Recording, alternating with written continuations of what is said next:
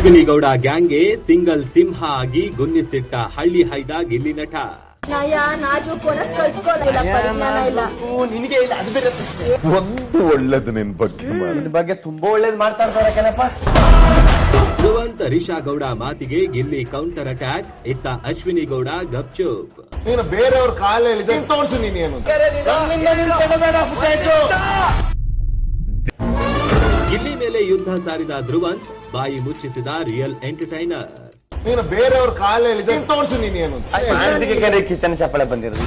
Big boss season 12ರ entertainer ಅಂದ್ರೆ ಗಿಲ್ಲಿ. ಗಿಲ್ಲಿ ಇದ್ದ ಕಡೆ ಮನೋರಂಜನೆಗೆ ಕೊರತೆಯೇ ಇಲ್ಲ.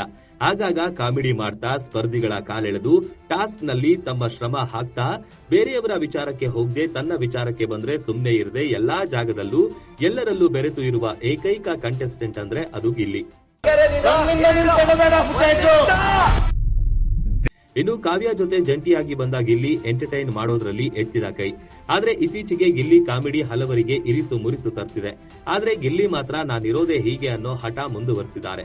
ಇಂದು ಕನರ್ಸ್ ಕನ್ನಡ ಬಿಟ್ಟಿರೋ ಪ್ರೋಮೋದಲ್ಲಿ ಧ್ರುವಂತ್ ಗಿಲ್ಲಿಗೊಂದು ಸವಾಲನ್ನ ಎಸಗಿದ್ದು, ಮೊನ್ನೆಯಷ್ಟೇ ಸೂರಜ್ ಹಾಗೂ ರಕ್ಷಿತಾ ಬೆನ್ನ ಹಿಂದೆ ನೆಗೆಟಿವ್ ಆಗಿ ಮಾತನಾಡಿದ ಧ್ರುವಂತ್ ಈಗ ಗಿಲ್ಲಿ ನಟನ ಜೊತೆ ಸಮರ ಸಾರಿದ್ದಾರೆ.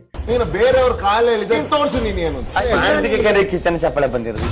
ಇನ್ನು ಗಾರ್ಡನ್ ಏರಿಯಾದಲ್ಲಿ ಧ್ರುವಂತ್, ರಿಷಾ, ಅಶ್ವಿನಿ, ಚಂದ್ರಪ್ರಭಾ, ಜಾಹ್ನವಿ ಜೊತೆ ಗಿಲ್ಲಿ ಕೂಡ ಮಾತನಾಡ್ತಿರ್ತಾರೆ.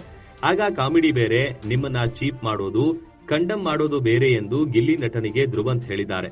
ಇನ್ನು ಇತ್ತ ರಿಷಾ ಮಾತನಾಡ್ತಾ, ನಯ ನಾಜೂಕು ಕಲ್ತ್ಕೋ, ಪರಿಜ್ಞಾನನೇ ಇಲ್ಲ ಎಂದಾಗ ನಯ ನಾಜೂಕು ನಿನಗೆ ಇಲ್ಲ, ಅದು ಬೇರೆ ಪ್ರಶ್ನೆ ಎಂದು ರಿಷಾಗೆ ಗಿಲ್ಲಿ ನಟ ಅಲ್ಲೇ ತಿರುಗೇಟು ಕೊಟ್ಟಿದ್ದಾರೆ. ಕಾಮಿಡಿ ಬೇರೆ, ನಿಮ್ಮನ್ನ ಚೀಪ್ ಮಾಡೋದು, ಕಂಡಮ್ ಮಾಡೋದು ಬೇರೆ. ನಯ ನಾಜೂಕು ಕಲ್ತ್ಕೊಳ್ಳಲ್ಲ, ಪರಿಜ್ಞಾನ ಇಲ್ಲ, ನಿನಗೆ ಇಲ್ಲ. ಅದು ಬೇರೆ ಪ್ರಶ್ನೆ. ಈ ವೇಳೆ ಒಂದು ಒಳ್ಳೇದು ಇದ್ಯಾ ನಿನ್ನ ಬಗ್ಗೆ ಎಂದು ಧ್ರುವಂತ್ ಲೇವಡಿ ಮಾಡಿದಾಗ, ನಿನ್ನ ಬಗ್ಗೆ ತುಂಬಾ ಒಳ್ಳೇದು ಮಾತಾಡ್ತಿದ್ದಾರಾ ಎಂದು ಗಿಲ್ಲಿ ನಟ ನೇರ ಪ್ರಶ್ನೆ ಹಾಕಿದ್ದಾರೆ.